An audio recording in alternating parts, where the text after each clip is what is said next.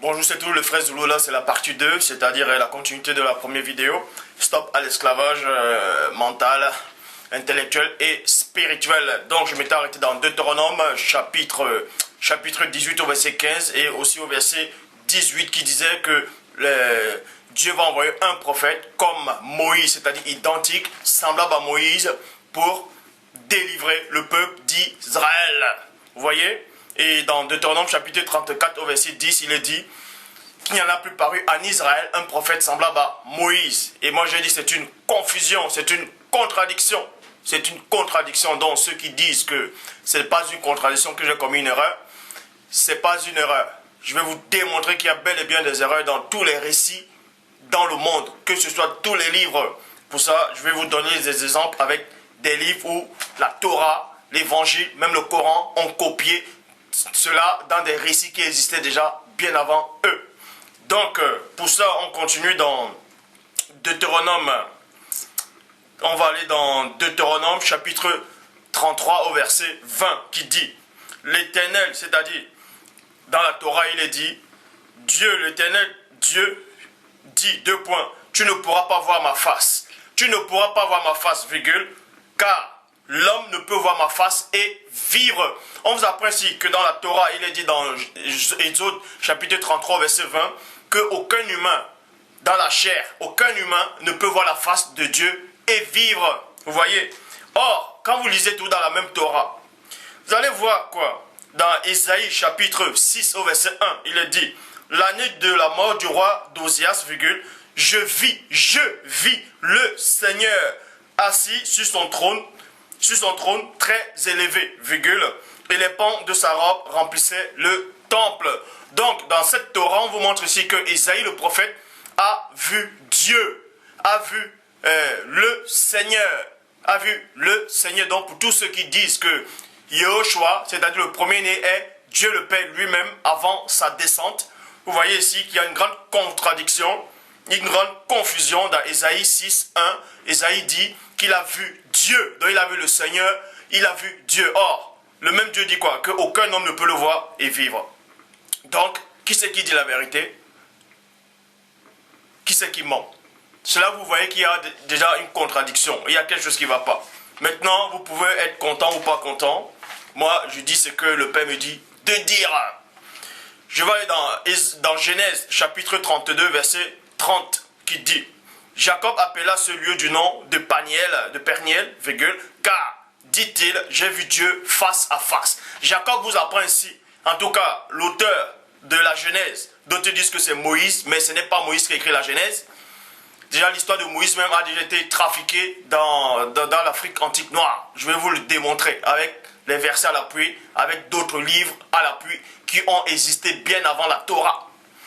Donc, Jacob ici, il est dit qu'il a vu un homme, il luttait avec un homme, et il a appelé, c'est-à-dire, quand il a lutté avec un homme, et dans d'autres, c'est-à-dire dans le Nouveau Testament, dans d'autres livres, toujours dans la Torah, il a dit que cet homme en fait c'est un ange. Mais néanmoins, Jacob dit ici qu'il a vu Dieu face à face. Or, vous savez que le même Dieu dit à Moïse qu'aucun homme ne peut me voir et vivre. Et Ézéchiel, plutôt pas Ézéchiel, Ésaïe dit qu'il a vu Dieu. Jacob aussi dit qu'il a vu Dieu. C'est dans quel Dieu dont ils ont vu? Puisque Dieu dit qu'aucun homme ne peut le voir et vivre. Jean chapitre 1 verset 17 dit, car la loi a été donnée par Moïse, virgule. La loi a été donnée par Moïse. Il n'est pas dit ici que la loi a été donnée par Dieu, mais par Moïse. La grâce et la vérité. La grâce et la vérité sont venues par Yehoshua. On vous dit que la grâce et la vérité. Donc ça dit que Moïse n'a pas apporté la vérité. Puisqu'on vous dit que Moïse a apporté la loi et que des années plus tard, le Christ vient, lui, il apporte la grâce et la vérité. Vous voyez? Jean chapitre 18 au verset 38 dit, c'est Pilate qui a eu une conversation avec la personne du premier-né en disant, Pilate lui dit, deux points, qu'est-ce que la vérité? Point d'interrogation. Vous savez que Pilate, selon ses récits, il était romain. Et ces Romains croyaient déjà à plusieurs divinités. C'est-à-dire croyaient aux mêmes divinités que les divinités des Grecs, aux divinités grecques. Et Pilate, qui avait une grande connaissance, il avait des connaissances par rapport à cette religion, par rapport à sa religion en lui, c'est-à-dire aux croyances qu'il avait. Pour lui, il croyait détenir la vérité. Et quand il a eu une conversation avec la personne du premier-né, il a été déstabilisé. Et maintenant, il pose la question au premier-né, il dit, mais qu'est-ce que la vérité? Parce qu'on l'a déstabilisé au plus profond de lui, on l'a semé un grand doute. Et Pilate ne savait plus où il en était. Il ne savait plus. De même que Nicodème aussi était déstabilisé devant la personne du premier-né. Maintenant, Pilate lui dit, qu'est-ce que la vérité? Donc, je vous pose aussi à vous la question, qu'est-ce que la vérité? Parce qu'il y a plein de ceux qui n'ont pas de connaissance, disent maintenant que je suis en train de m'égarer, je suis en train de troquer la parole. Vous êtes né dans la religion chrétienne, vous l'avez accepté depuis tant petit. Donc, c'est normal que vous croyez que si on vient dire le contraire de ce que vous avez cru, c'est normal que vous dites que cette personne est en train de troquer. De même que celui qui naît dans la religion musulmane, il accepte ça pour vrai. Il ne va pas écouter ce que l'autre va dire. Ainsi de suite, c'est comme ça, les humains c'est ça. L'humain ne réfléchit pas. Il est borné. L'homme ne réfléchit pas. Quand vous lisez même dans les Actes des Apôtres, il est dit quoi? Quand vous lisez même dans le Nouveau Testament, il est dit que Paul de Tarse est venu, il enseignait. Et quand il partait, les chrétiens de Bérée vérifiaient. Ils vérifiaient. Pourquoi ils vérifiaient? Ils vérifiaient pourquoi. Donc ces gens avaient la coutume de chercher, de se renseigner. Donc, quand vos faux pasteurs viennent vous dire, non, les Juifs c'est le peuple de Dieu. Ah, vous acceptez, oui, les Juifs c'est le peuple de Dieu. Quand on vient vous dire que ces Juifs-là, ce n'est pas le peuple de Dieu, ils ont troqué l'histoire qui existait déjà dans l'Afrique antique noire. Vous dites non. Si Christ était noir ou blanc, peu importe, où est l'importance? L'importance c'est quoi? C'est que le fait de modifier sa couleur, on a aussi modifié son nom, on a modifié son lieu de naissance, on a modifié votre histoire et on vous a aussi modifié. Donc, en conclusion, votre foi, elle est basée dans le vide, dans le néant. N'espérez même pas, je vous le dis, et je pèse mes mots, que cela vous plaise ou pas, n'espérez même pas que celui dont vous dites que Jésus avec les yeux bleus va venir, il va vous enlever au son de la trompette. Ça, c'est une espérance que vous ne devez même plus espérer. N'espérez même pas ça, parce que vous allez tous mourir, et vous irez tous dans le séjour des morts.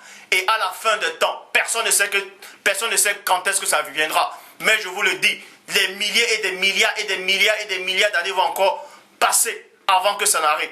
Et quand vous allez ressusciter, vous passerez tous devant le grand trône. Vous allez être jugés en fonction de vos œuvres. Je vous le dis. Donc,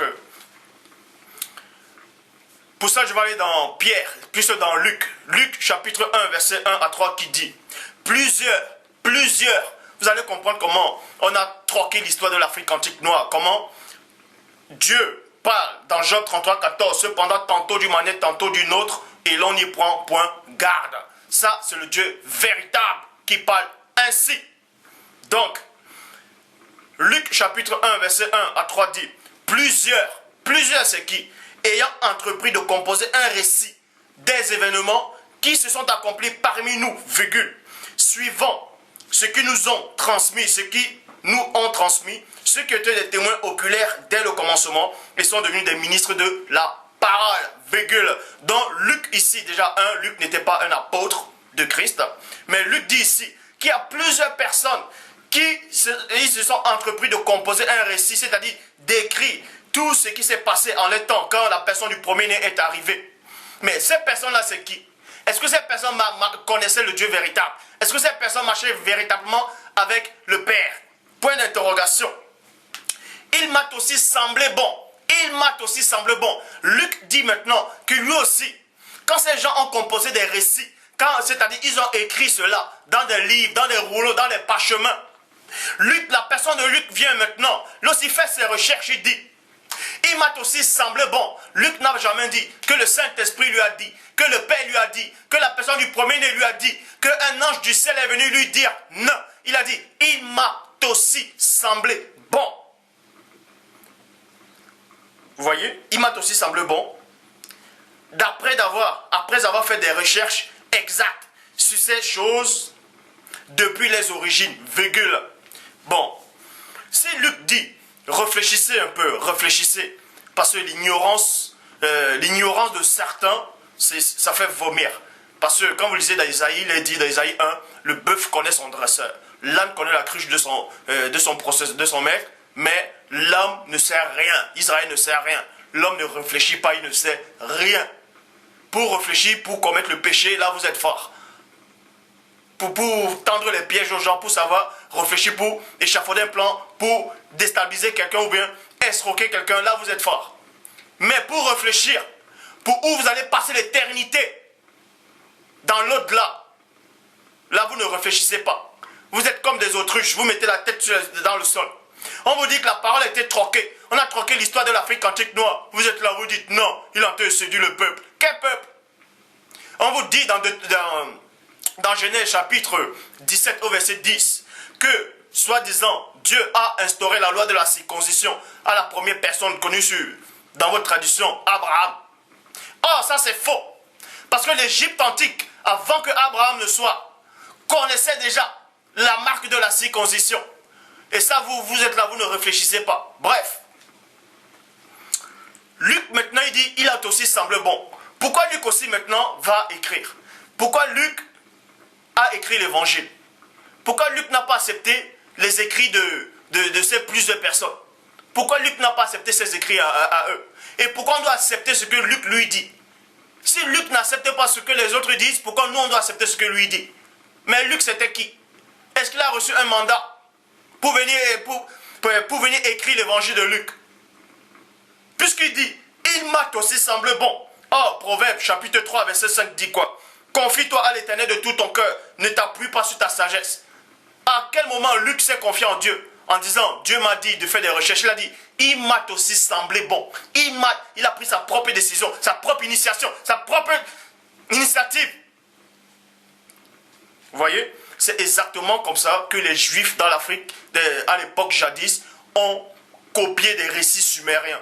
Ils ont copié des récits babyloniens de l'Égypte antique et d'autres peuples bien avant encore dans l'Afrique antique noire. Et ils ont rédigé la Torah. Ils ont changé les noms des lieux de naissance, je vous le dis. Ouvrez vos yeux. Vous êtes en train d'adorer un faux Dieu. Quand on vous le dit, vous croyez que je suis en train de séduire les gens. Je vous séduis. Est-ce que je vous séduis, ça m'apporte quoi de vous séduire? Ça m'apporte quoi? Moi, je ne cherche pas ma gloire.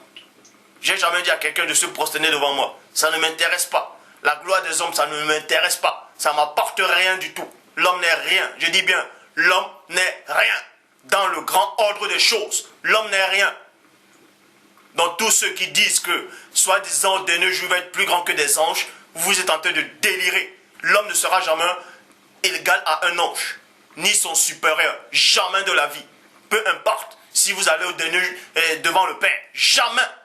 Ce qui vient d'en haut est plus grand que celui qui est en bas. C'est comme ça, c'est la loi du Père.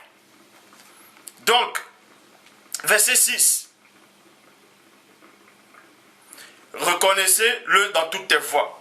Donc, Luc n'a pas accepté, c'est-à-dire Luc savait que plein de gens écrivaient d'autres livres déjà, par rapport à ces récits.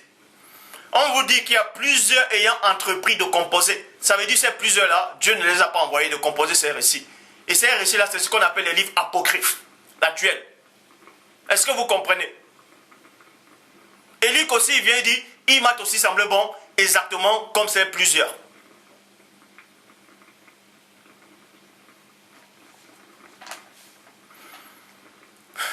Maintenant, vous allez comprendre que vers le 11e siècle millénaire, avant votre être, avant que vous ne soyez déjà là, il circulait déjà une légende sur quelqu'un qui était comme Moïse, c'est-à-dire sur l'histoire de Moïse, avant bien la Torah. Je dis bien avant que la Torah ne soit, avant que Moïse lui-même ne soit, il y avait déjà dans l'Afrique antique noire un récit similaire à celui de la personne de Moïse. Pour ça, je vais vous le montrer. C'est-à-dire, l'histoire se passe où? J'ai tout mon temps.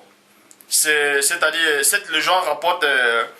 c'est la naissance du roi. En fait, c'est un roi Saigon. Il s'appelait roi Saigon, Dakar. Si vous pouvez vérifier sur Internet, moteur de recherche, vous tapez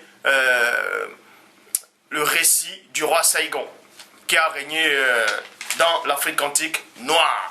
Et c'est exactement l'histoire de Moïse. Pour ça, on va lire quelques passages.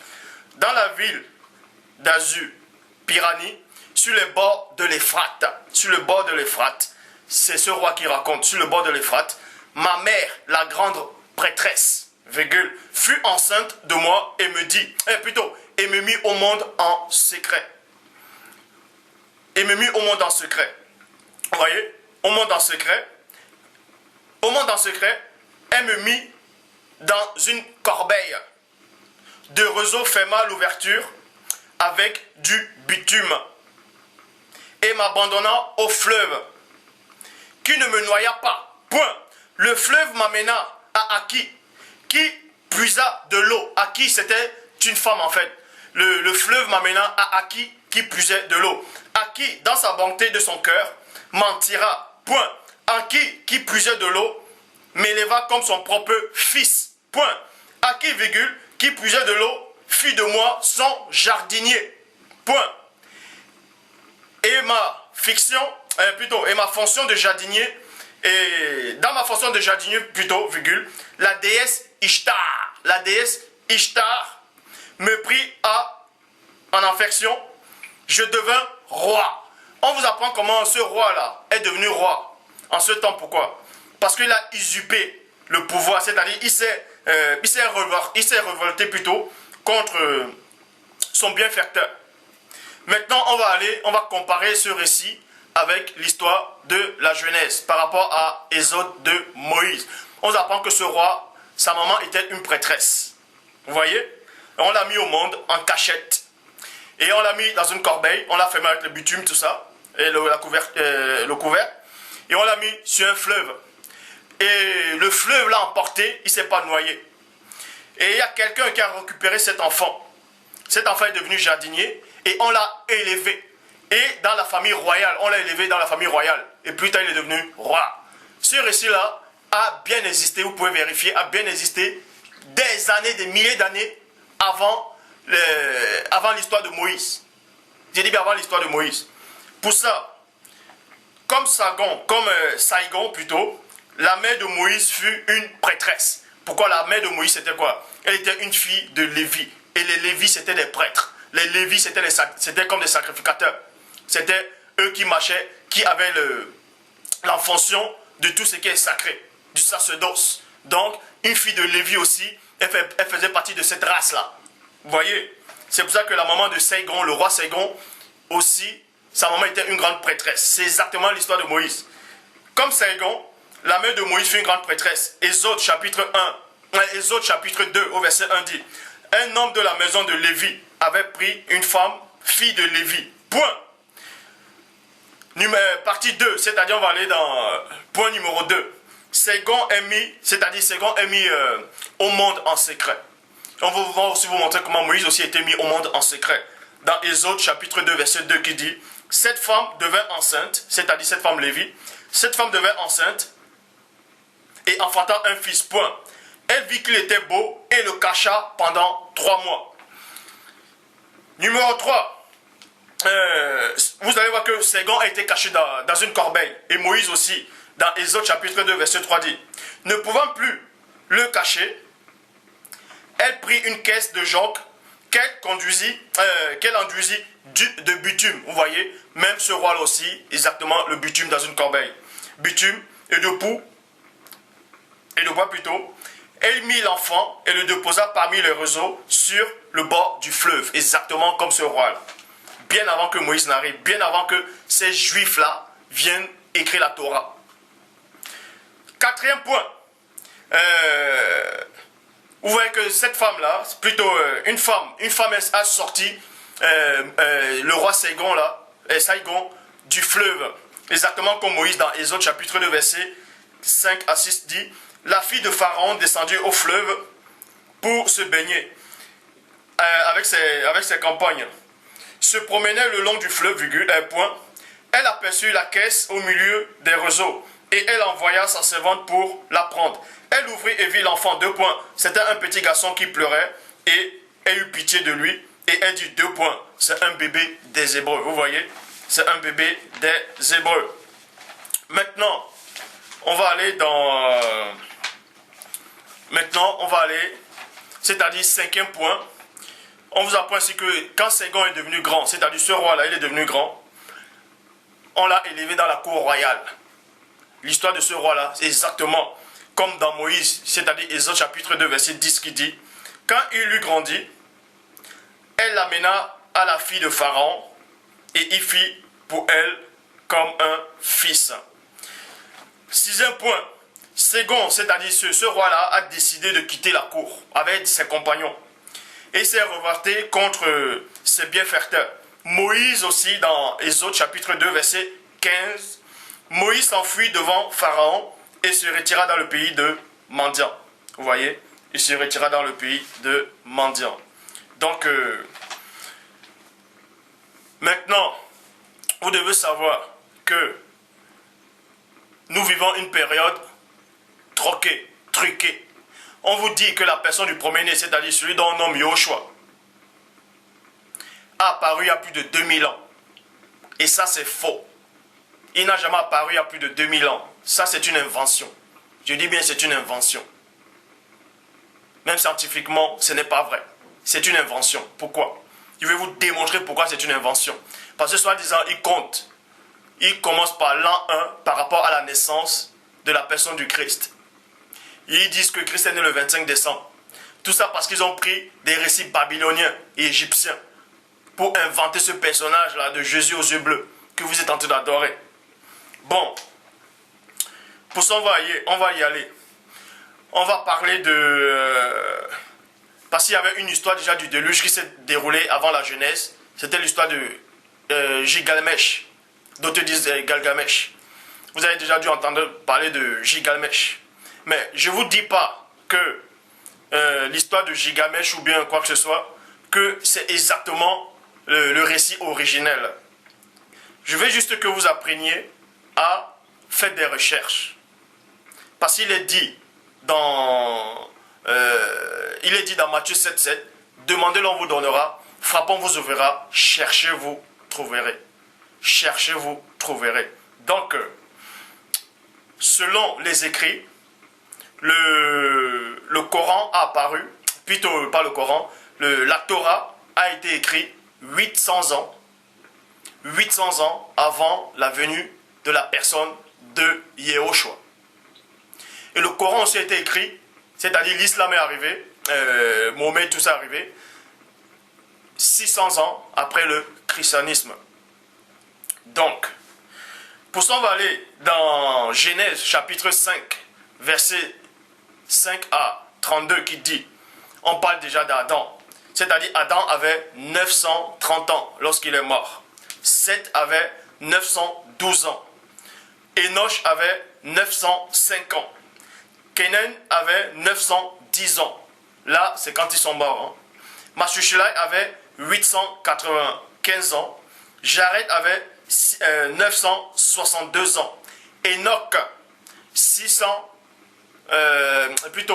365 ans. Mais lui n'est pas mort, il fut enlevé. Mathusalem, 969 ans. 969 ans, donc l'homme le plus vieux du monde. 969 ans. Le Mèche, 777 ans. Et Noé, 500 ans. C'est-à-dire, Noé, quand Noé avait 500 ans, il a engendré. C'est-à-dire, il a eu des enfants à 500 ans. Or, dans Genèse chapitre 7 au verset 11, il est dit que Dieu a envoyé le déluge quand Noé avait 600 ans. Donc, Noé, quand il avait 500 ans, il a eu des enfants. Il a encore attendu 100 ans, et c'est à 600 ans, un siècle après, que le Père a envoyé le déluge. Donc, et je vais vous démontrer que les dates, elles sont fausses. Les dates, c'est faux. Les dates, elles sont fausses. Pourquoi? Parce que quand vous lisez dans Genèse, chapitre 6, verset 1 à 3, qui dit, lorsque les hommes eurent commencé à se multiplier sur la surface de la terre. Là, c'est dans Genèse 6. Or, dans Genèse 5, Noé avait déjà accouché des enfants. On passe maintenant dans un autre chapitre. Il avait déjà eu des enfants. Et maintenant, plus tard, dans Genèse 6, 1, dans Genèse 6, 1 à 3 dit, lorsque les hommes eurent commencé à se multiplier sur la surface de la terre, et que les filles les furent nées, les fils de Dieu virent que les filles des hommes étaient belles, et ils en prirent pour femmes parmi tous ceux qu'ils choisirent. Alors le Père dit, mon esprit ne restera pas toujours dans l'homme, car l'homme n'est que chair. Et ses années seront de 120 ans. Est-ce que vous comprenez? Ouvrez attentivement vos oreilles. Vous allez apprendre quelque chose. Vous allez apprendre que tout est truqué. Quand le Père dit ici que ses années seront de 120 ans, ça veut dire que ces années seront de 120 ans après le déluge et non avant le déluge. Vous voyez? Or, quand vous lisez dans le verset 4, il est dit quoi? Les géants étaient sur la terre en ce temps-là, d'après que les fils de Dieu furent venus vers les filles des hommes et qu'elle ait eu donné des enfants. Ce sont ces héros qui furent fameux dans l'Antiquité. Vous allez me dire que pendant l'Antiquité, quand ces Néphilim étaient sur la terre, quand ces géants étaient sur la terre, vous allez me dire que ça a pris que 100 ans. Parce que Noé, à 500 ans, il a eu des enfants. Et c'est après que la terre commença à réellement se peupler, puisqu'on vous dit dans Genèse 10, on vous donne la descendance des... Bref. Avant même Genèse 10 plutôt, on vous apprend déjà dans Genèse 5 que Noé a eu des enfants. Et plus tard, les gens ont commencé à se multiplier sur la surface de la terre. Vous voyez? Vous allez me dire, quand ils ont commencé à se multiplier sur la surface de la terre, et quand les anges, les habitants du ciel sont descendus, ils ont eu des rapports avec les femmes, tout ça, ça a duré que 100 ans, puisque le déluge est arrivé 100 ans plus tard. C'est-à-dire quand Noé avait 600 ans. Vous allez me dire que ça a duré que 100 ans. Toute cette population-là, ça c'est faux. Je dis bien, c'est complètement faux. Ils n'ont pas vécu 100 ans.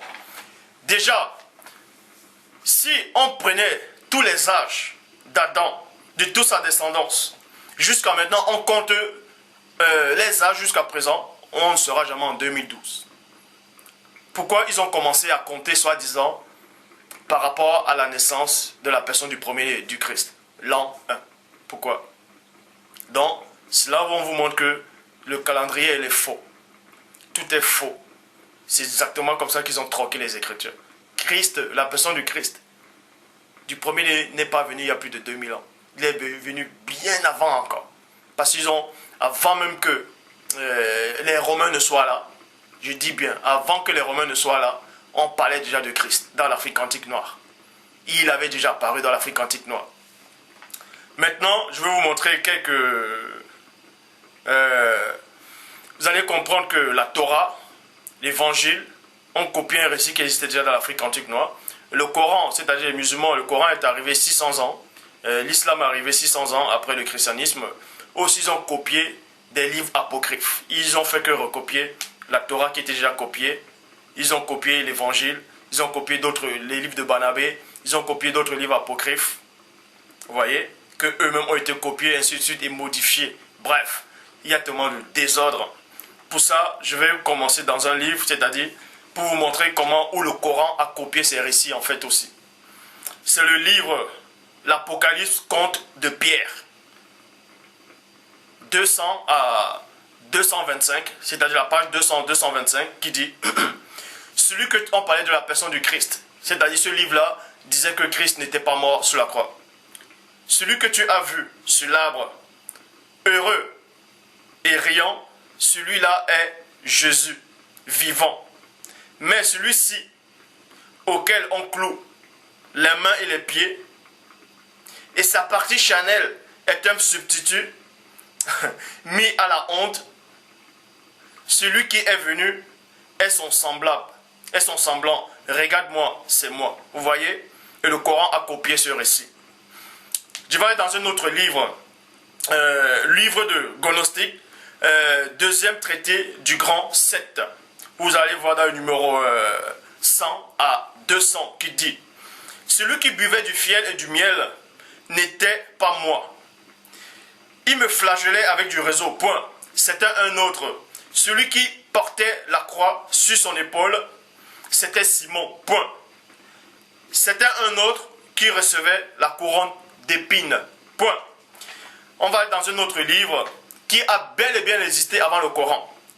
Papyrus du Nag Hammadi dit « Je n'étais mort qu'en apparence, dit en substance Jésus. C'est un autre qui a bu à ma place le fiel et le vinaigre. Ils m'ont frappé avec du réseau, mais c'est un autre, Simon, qui a porté la croix sur ses épaules. Point. C'est sur un autre qu'ils ont placé la couronne d'épines, et moi, je souriais de leur ignorance. Point. Et maintenant, le Coran vient recopier ça, en fait. Parce que le Coran a été inventé. Le Coran n'a fait que recopier des récits qui existaient déjà. Ils ont aussi rajouté des choses. Ils ont changé des noms. Ils ont fait croire que ça venait du C dans la Sourate 3.3. De même que la Torah, exactement. Ils ont copié des récits babyloniens, des récits de l'Égypte, de d'autres dans l'Afrique antique noire. Ils ont changé de nom. Ils ont fait croire que ça venait de les dieux qu'ils ont inventés. Dans la Sourate, chapitre 4, verset 157 à 158 dit: Or, ils ne l'ont ni tué, ni crucifié, mais ce n'était qu'un faux semblant. Et ceux qui ont discuté sur son sujet sont vraiment dans l'incertitude, et ils n'ont aucune connaissance certaine. Ils ne font que suivre les conjonctures, et ils ne l'ont certainement pas tué. Dieu l'a révélé, l'a enlevé vers lui, et Dieu est puissant et sage. Vous voyez? Donc, vous montre bel et bien que le Coran n'a fait que reprendre des textes qui existaient déjà. De même que même dans le Coran, il est dit que Marie, mère du Christ, a accouché sur un palmier avec douleur. Or, le livre de Barnabé contredit ça. Et ce récit du soi-disant Marie qui a accouché sur un palmier avec douleur, ce récit existait déjà avant le Coran dans un autre livre. Donc, tout ce que le Coran dit, ils ont copié ça dans d'autres livres déjà. Donc, c'est pour vous dire que le Dieu que vous croyez embrasser là, ce n'est pas Dieu. Libre à vous d'accepter ou de ne pas accepter. Moi, je fais que ce que le Père me demande de faire. Vous pouvez dire que je suis en train de séduire les gens, c'est votre problème. Là, c'est vous qui allez rendre compte au Père. Je vous le dis encore. Christ, dans tous ceux qui envoient des messages en voulant essayer de me prouver que Christ est Dieu, Christ n'est pas Dieu. Il n'est pas Dieu le Père. Il n'a jamais été Dieu le Père. Et il ne sera jamais Dieu le Père. Parce que le Christ que vous croyez là, c'est un faux. C'est un faux Christ. Et lui, on ne peut pas le faire l'égal à mon Père. Vous pouvez donner tous les versets que vous voulez. Vous pouvez donner tous les versets que vous voulez. Dans Isaïe 9.5. Vous pouvez donner Zacharie 14. Vous pouvez donner Jean chapitre 1, verset 1 à 3. Vous n'avez rien compris. Christ n'est pas Dieu. Le Père, il ne sera jamais Dieu le Père. La Trinité n'existe pas. Comprenez une chose, je vous conseille d'aller voir la vidéo, les récentes vidéos d'Étoile d'Éphèse sur le catholicisme. Vous allez voir que Dieu a parlé à travers, c'est-à-dire Dieu lui a donné une bonne révélation aux frères Étoile d'Éphèse par rapport à sa vidéo du catholicisme. Parce que Dieu dit dans Job 33, 14 qu'il parle cependant tantôt du mal tantôt d'une autre, et là on y prend point garde. Plein sont allés voir la vidéo d'Étoile d'Éphèse où il parlait du catholicisme, plein ont aimé cette vidéo, moi aussi j'ai aimé cette vidéo. Mais dans cette vidéo-là, je ne sais pas si vous vous rendez compte, dans cette vidéo-là, d'Étoile d'Éphèse sur le catholicisme, il a levé un point très important, que vous devez vraiment méditer sur ça. Il a montré des photos. On vous montrait soi-disant Marie du Vatican, avec un petit enfant. Et ce petit enfant-là, vous l'appelez Jésus. Les Juifs l'appellent Yahushua. Réfléchissez. Vous allez voir que le frère Étoile d'Éphèse a levé un bon sujet. Le sujet c'est quoi? C'est pas pour rien que Dieu a permis que l'Étoile d'Éphèse montre des photos. Les photos parlent d'elles-mêmes. Ça veut dire quoi? Que cette Marie-là, avec ce petit enfant, c'est la même Marie dont on parle dans les Écritures. Et quand vous voyez l'origine de cette Marie dont on fait allusion dans les Écritures avec ce petit enfant, l'Étoile d'Éphèse a montré les photos. On parlait même déjà avant le christianisme, il y avait déjà ça aussi. Il y avait Isis avec le petit enfant. Donc vous voyez que le christianisme a été copié dans des civilisations qui existaient avant elle. Même avant l'Égypte antique, il y avait déjà d'autres peuples et il y avait déjà cette photo, une maman avec son petit-fils, une maman qui a couché son petit-fils, elle était vierge, elle a mis un enfant au monde, sans père physique, il a fait des miracles, il a changé l'eau en vin, ainsi de suite. Vous voyez, c'est pour ça que Salomon dit, ce qui a été, c'est ce qui est, il n'y a rien de nouveau. Il n'y a rien de nouveau. Je vous conseille encore d'aller voir cette vidéo d'Étoile d'Éphèse sur le catholicisme, et là, vous verrez que tout ce que j'ai dit, je ne vous ai pas séduit. Je ne vous ai pas trompé. Le christianisme a été plagié, a été pris dans des récits qui existaient déjà. C'est le catholicisme, c'est les Romains en fait. Il y avait déjà, avant qu'ils inventent ce Jésus blanc là, les gens croyaient déjà à un sauveur, au Messie, au Christ, qui avait déjà fait exactement les mêmes miracles. Mais, ces Romains, pendant le concile de Nicée, Constantin, tout ça, ils ont dit que ces gens-là, c'est eux qui ont donné les noms à ces gens-là, le nom des païens. Ils ont dit, eux là sont des païens. On a dit que ces gens-là sont des païens. C'est eux qui ont décidé de donner ce nom-là. Païens, ils ont dit, eux là sont des païens. Et ils ont pris exactement les croyances. Mais ils ont juste changé des noms. Même le frère, État d'Éphèse l'a démontré par rapport aux photos. Par rapport à Marie qui porte le petit enfant, on retrouve les mêmes images dans l'Égypte antique. Isis. On retrouve aussi, même Diane, même dans la Mésopotamie ancienne, antique, on retrouve aussi exactement les mêmes choses. Et c'est la même histoire de ce Jésus blanc que vous adorez actuellement. Mais où est donc le vrai? C'est qui le vrai Christ maintenant? C'est qui le vrai Christ? C'est là vous voyez que vous êtes tous dans le faux. Vous avez accepté du faux. Il y a plein qui m'écrivent, plein qui m'appellent, qui me disent, bon, à supposer qu'ils sont dans le faux, que les noms ont été trafiqués, qu'est-ce qu'ils doivent faire? Le conseil que moi je vous donne, quand je dis je, ce n'est pas moi, c'est le Père lui-même qui vous donne ce conseil. Vous voyez? D'autres disent que Dieu s'appelle Allah, Jéhovah, Elohim, Yahvé, Yahweh. Bref, d'autres donnent plusieurs noms. Maintenant, vous savez que les noms ont été trafiqués. Parce que les Juifs là que vous voyez actuellement, ce n'est pas le peuple de Dieu. Le véritable peuple de Dieu, c'était dans l'Afrique antique noire. Ils ont pris les récits de l'Afrique antique noire. Maintenant, plein de gens vont se poser la question, quand ils vont prier, quel est le nom qu'ils vont prononcer? Quel est le nom qu'ils vont prononcer maintenant quand ils vont prier? Je m'adresse aussi à tous ces jeunes qui viennent d'arriver dans la foi. Je m'adresse aussi à vous. Tous ceux qui ont quitté l'islam, tous ceux qui ont quitté les églises, tout ça là, maintenant qui regardent mes vidéos, vous êtes dans la confusion, vous dites maintenant, qu'est-ce que vous devez faire? Où se trouve la vérité? Avant de vous dire où se trouve la vérité, vous devez savoir une chose. Dieu existe réellement. Dieu existe réellement. Celui dont vous nommez Dieu dans votre monde existe réellement. C'est le Père éternel, c'est le Tout-Puissant. Peu importe le nom que ces gens vont inventer là, ce n'est pas son nom. Je vous le dis, ce n'est pas son nom.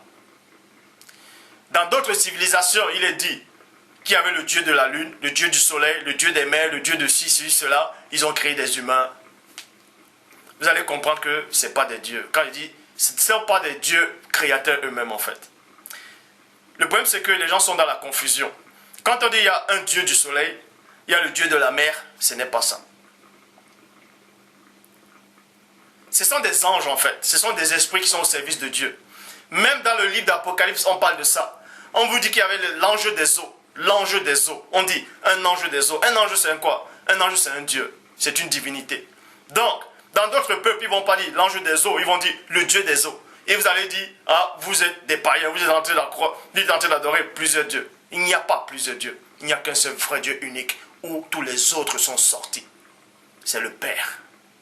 Dans le conseil que je vous donne quand vous devez prier, dorénavant, quand vous avez le doute, d'autres disent, mais quand je prie, est-ce que je prie réellement Dieu? Est-ce qu'il y a une confusion? Est-ce que Christ c'est Dieu? Est-ce que Christ n'est pas Dieu le Père? Il n'a jamais été Dieu le Père et il ne sera jamais Dieu le Père. Donc quand vous priez, le conseil que l'Esprit vous donne, c'est quoi? Premièrement, les apôtres sont venus voir Christ, ils ont dit, Seigneur, apprends-nous à prier.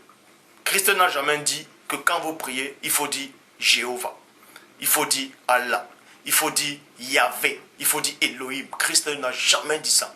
Vous ne pouvez pas me donner un seul verset où Christ a dit ça. Christ a dit, quand vous priez, vous dites notre Père qui est aux cieux. À chaque fois que Christ s'adressait au Père, il disait, mon Père. En Gethsemane, il disait, Père, éloigne-moi de cette coupe. Père, je te rends grâce de ce que tu m'as exaucé. Car je sais que pour moi, je sais que pour moi tu m'exauces toujours. C'est à cause de cette foule qui savent que c'est toi qui m'as envoyé. Donc à chaque fois que Christ s'adressait au Dieu Tout-Puissant, il disait, Père. Il n'a jamais donné un autre nom. Maintenant, il y a des gens qui peuvent dire que c'est l'église catholique qui est venue, babyloniens, ils ont changé le nom de Dieu, c'est-à-dire Yahvé, Yahweh, Elohim, tout ça là. Déjà, Elohim, ça veut dire ceux qui viennent d'en haut. Ça veut dire ceux qui viennent d'en haut. Les Elohim, ce sont des anges au service du Père. Le Père n'est jamais descendu sur terre, donc quand vous devez prier, si vous avez le doute sur un nom, dites tout simplement Père. Père. Dans Luc chapitre 6 au verset 12, la personne du Christ est allée, il a prié sur une montagne toute la nuit. Il disait Père. Il s'est adressé à Père. Dans le conseil que je vous donne quand vous priez, pour que votre prière puisse être réellement efficace, pour grandir spirituellement vraiment très fort, arrêtez vos coutumes, vos ablutions, vous récitez les mêmes prières, ça c'est pas la prière, ça on vous a enseigné ça. Ça on vous a enseigné ça, ce n'est pas ça. Vos prières des églises là où vous voulez prononcer des belles phrases pour pouvoir épater les auditeurs, ça c'est une abomination. Quand vous voulez prier, peu importe si vous êtes dans les toilettes, dans les douches, dans ceux qui vont dire qu'on ne peut pas prier Dieu étant nu, qu'on ne peut pas prier Dieu étant dans les toilettes ou je ne sais pas, vous êtes dans la confusion. La parole dit priez en tout lieu. En tout lieu.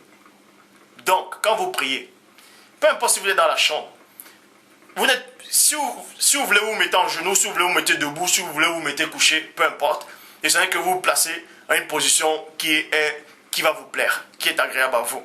Et quand vous priez, et que vous ne savez plus quel nom prononcer, vous devez prier le Père en esprit. Vous venez, vous dites, Père, je viens devant ta face, ton saint visage. Je sais que tu es le seul créateur, mais vois tout ce qui se passe actuellement dans le monde. Il y a une telle confusion qui règne dans le monde. Actuellement, je viens devant toi avec un gros doute. Je viens devant toi avec un gros doute. Père, je ne sais plus où j'en suis. Père, je ne sais plus où j'en suis. Mais toi, tu sais où je suis. Mais ce que je sais, c'est que tu es le seul créateur. Et c'est toi seul que je veux connaître. Humiliez-vous devant le Père. Adressez-vous sincèrement à Dieu. Vous voyez, quand vous allez méditer, peut-être en plein air, vous voyez peut-être les nuages. Vous sentez que Dieu existe. Parce que quand vous voyez les nuages, vous voyez la création, vous savez que tout est coordonné. Il y a une intelligence derrière. Il y a une puissance derrière la création. Et cette force-là que vous ressentez, c'est la puissance du Père. Adressez-vous à cette force-là. C'est le Père. Adressez-vous à ce Père. Et dites, mon Père,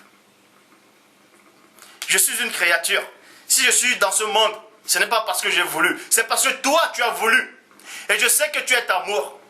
Car quand je vois comment tu as disposé les cieux, comment tu as disposé la création, toutes choses, il peut y avoir que l'amour derrière toutes ces choses.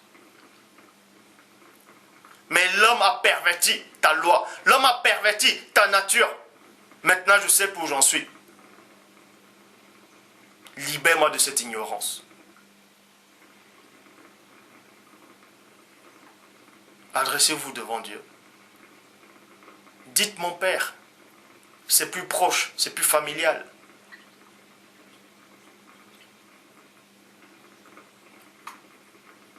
Vous allez me dire, ah, si tout était... plein de gens vont dire, bon, si tout est faux, ça sert à quoi de prier? Ils vont retourner dans le monde, ils vont aller en boîte de nuit, ils vont coucher avec les femmes à gauche, à droite, ils vont faire du business, n'importe quoi. Ça veut dire que vous aimez, ça veut dire que vous avez voulu servir le Père avec intérêt. C'est par intérêt que vous avez voulu le servir. Dernièrement, j'avais dit à quelques frères et sœurs que, même si, à supposer, là c'est une supposition, mais pour ma part, je sais que c'est faux, parce que j'ai vu.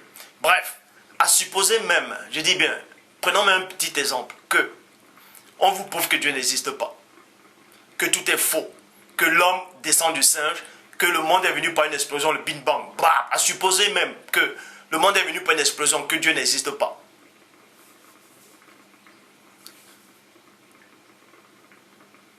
À supposer que tout ça n'existe pas, que Dieu n'existe pas, le paradis, tout ça, que vous avez cru en vain.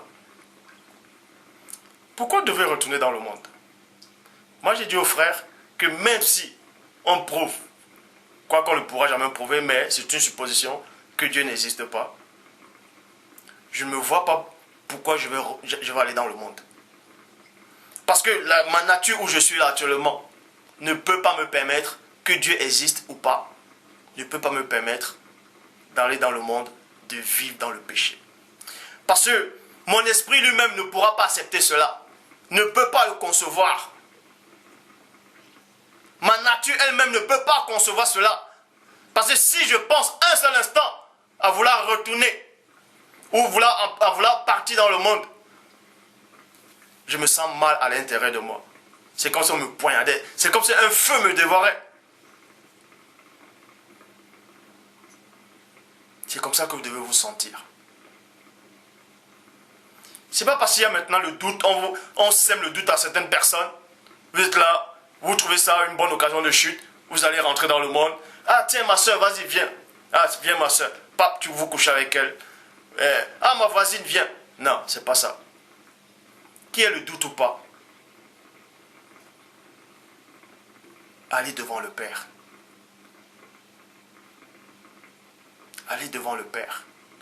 Allez vous adresser au Dieu de votre conscience, au Dieu de la nature, au Créateur, à celui qui a créé toutes choses. Adressez-vous à cette force-là, à cette puissance créatrice. C'est le Père. C'est pour ça que Christ est allé prier sur une montagne. Pourquoi ils allaient constamment dans la forêt, dans la brousse, prier en plein air? Pourquoi? Ah, vous croyez que la personne qui a été formée, celui qu'on nomme Adam, dans les évangiles, dans la Torah, vous croyez qu'on l'a créé dans l'hôpital? Vous croyez qu'il a été créé dans une maison? Il a été créé en plein air. Parce que quand vous êtes en plein air, votre esprit est plus libéré. Parce que quand vous enfermez dans une maison, dans une chambre, mais ça ne veut pas dire que c'est interdit de prier dans la chambre. Mais quand vous enfermez dans une chambre, votre corps n'est pas assez performant. Parce qu'il y a toujours le matériel, il y a toujours quelque chose qui va vous distraire. Or, quand vous êtes en plein air, votre corps est déstabilisé. Parce que ce n'est pas trop son domaine. Est-ce que vous comprenez? C'est pour ça que les prophètes, constamment, ils étaient dans les montagnes, soit dans les déserts, ainsi de suite. Parce que quand vous êtes dans les montagnes, dans les lieux reculés, où votre corps ne peut pas réellement se distraire, là vous vous sentez réellement libre. Vous vous sentez un avec la nature. Et c'est là où votre esprit est réellement disposé à entrer en communication avec le divin Père.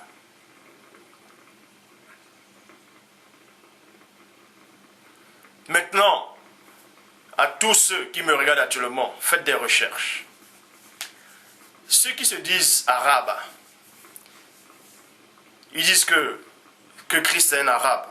Si les gens le dessinent, ils vont le dessiner là-bas avec des traits arabes. Les juifs blancs, on va le dessiner avec les traits juifs blancs. Le catholique, ils vont le dessiner à la façon européenne avec les yeux bleus. Mais posez-vous la question. Mais qui c'est qui a raison? Comment se fait-il qu'il y a un groupe, soit disait se targue d'avoir la connaissance, et ils se disent que chacun a Dieu, mais il y a un groupe qui dessine arabe, l'autre qui dessine juif, l'autre qui dessine européen, blanc. Déjà, les trois ne sont pas d'accord. S'ils ne sont pas d'accord, vous croyez que Dieu est là-dedans? Et scientifiquement, on vous apprend que le premier homme sur terre, c'est un noir. La vie a commencé dans l'Afrique antique noire. Et les noirs connaissaient déjà le Dieu véritable. Les noirs connaissaient déjà le Dieu véritable. Plein de gens maintenant, que ce soit Africamat, tout ça, quand ils vont parler des civilisations de l'Afrique, l'origine de l'Afrique, ils vont commencer par l'Égypte. Et ça, c'est faux. Avant même que l'Égypte ne soit née, l'Égypte antique ne soit née, il y avait déjà d'autres civilisations. C'était toujours des noirs. Et eux, ils marchaient déjà avec le Dieu véritable. Et ils connaissaient déjà la marque de la circoncision. Sauf que ces juifs sont arrivés, ils vous ont troqué. Ils ont pris l'histoire de ces noirs. Ils ont écrit cela, ils ont traduit cela dans vos Bibles que vous avez actuellement. Dans Genèse chapitre 17 au verset 10. Que Dieu, les dieux qu'ils ont inventés, a instauré la loi de la circoncision au premier homme. Comme par hasard, il est juif blanc. Et comme par hasard, il est aussi arabe. Comme par hasard, c'est aussi un blanc juif. Vous voyez? C'est lui qui est le premier homme à connaître la circoncision. Alors que dans Genèse 12, ce même Abraham est allé en Égypte. L'Égypte était déjà née avant qu'Abraham ne soit. Est-ce que vous comprenez? L'Égypte, selon la Torah, a une naissance dans Genèse 10. Et eux connaissaient déjà la marque de la circoncision. Donc, c'est là que vous voyez qu'il y a un mensonge. Dans ces mensonges, Dieu ne peut pas être dans le mensonge. Maintenant, plein vont dire, mais à quoi donc ça sert maintenant de lire la Bible? Paul dit, ne méprisez pas les prophéties, examinez toutes choses et retenez ce qui est bon. Ça veut dire quoi? Dieu n'est pas enfermé dans le livre. Dieu n'est pas enfermé dans la Bible. Dieu n'est pas dans la Bible. Je vais peut-être dire un mot qui va vous choquer. La Bible n'est pas la parole de Dieu, mais il y a la parole de Dieu dans la Bible. C'est deux choses différentes. Le conseil que je vous donne, vous devez prier sincèrement le Père. Vous devez demander à Père de vous ouvrir l'esprit. Vous devez dire à Père, je suis qu'un humain, un simple humain, c'est toi qui m'as créé, c'est toi qui es le Tout-Puissant. Je veux réellement te connaître. L'homme m'a tellement menti. Il y a tellement de récits sur la création, sur tout. Je sais où j'en suis, je sais où j'en suis. Père, si je suis dans l'erreur, pardonne-moi. Si je suis dans l'erreur, pardonne-moi, je suis qu'un humain. Je ne suis qu'un humain, je ne sais rien. Mais toi, tu sais toutes choses. Ouvre-moi l'esprit, je t'en prie. Je veux réellement te connaître. Je veux apprendre à te connaître. Parce que quand je vois la nature, je vois la création, je sais que tu es bon. Et je veux connaître cette bonté. Je veux néanmoins te connaître. Et quand vous allez être sincère par rapport à cette demande, je vous le dis, Dieu est sincère, il est fidèle. Il va se révéler à vous. Et quand vous allez lire la Bible, peu importe les traductions des Bibles, vous saurez où la vérité se trouve, où se trouve la parole de Dieu. Vous saurez cela. Vous saurez cela. Donc, il y a des choses que je ne dirai pas plus, que je ne dirai pas plus, que je ne dirai pas plus. Maintenant, je crois qu'il n'y aura même pas la troisième partie. Parce que plein de gens sont dans la confusion actuellement. Donc, pour tous ceux qui disent que Christ est Dieu le Père, renseignez-vous déjà, ce Christ-là c'est qui? Il est venu d'où? Ce Christ dans la Bible, que les Romains ont apporté. Ce Christ-là c'est qui? Avant de vouloir oser dire qu'il est Dieu, c'est qui d'abord ce Christ-là? C'est le Christ, c'est votre Christ qui est arrivé il y a 2000 ans là? Cette fausse date-là? Ou c'est le Christ de l'Antique? Parce qu'il y a un Christ qui a existé dans l'Afrique antique noire, qui a fait exactement les miracles extraordinaires. Et qu'eux, ils ont juste repris. Ils ont dit l'arrivée il y a plus de 2000 ans. Ils ont fait ceci.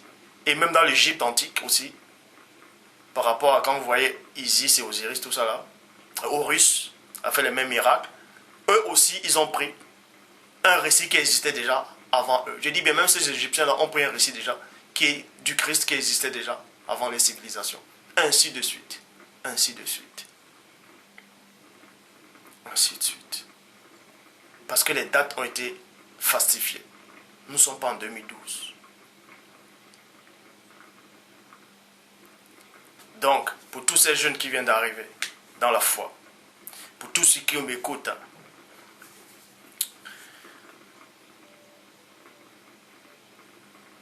vous savez ce que vous devez faire. Car tout homme dans le monde, peu importe sa couleur ou sa race, a la loi de Dieu dans le cœur. Quand tu fais le mal, tu sais que tu fais le mal. Mais la loi de Dieu te le dit. Quand tu fais le bien, tu sais que tu fais le bien. Adressez-vous à Dieu.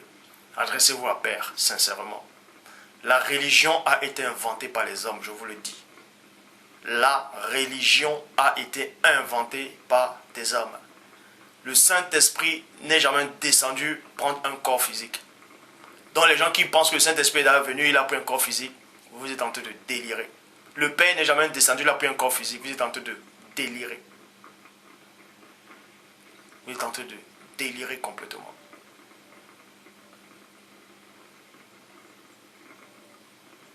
Donc, vous parlez en langue, là, donc vous pensez que vous parlez en langue. Tout ça, c'est faux. C'est parler en langue, là, c'est parler en langue humaine. Humaine, et non du ciel. Vos charabia que vous dites là, que vous dites que vous avez reçu le Saint-Esprit. Vous avez reçu quel Saint-Esprit?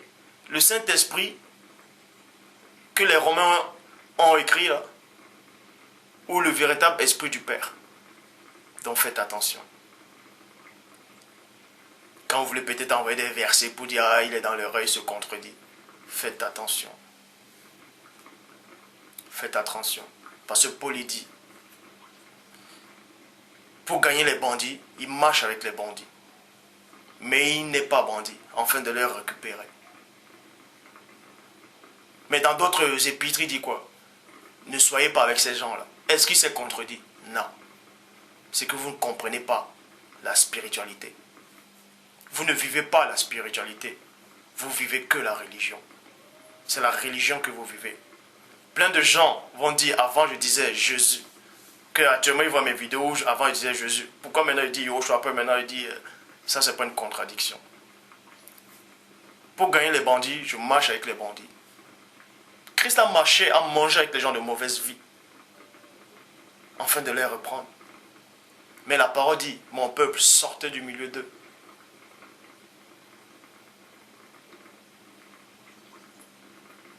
Donc, avant de vous presser, de vouloir juger, ou bien de parler, vivez d'abord, premièrement, une vie spirituelle. Et là, vous pouvez parler. Parce que Paul dit, l'homme spirituel juge de tout. Il n'est lui-même jugé par personne. Vous savez c'est quoi un homme spirituel? Ce n'est pas un homme religieux. Que le Père vous garde.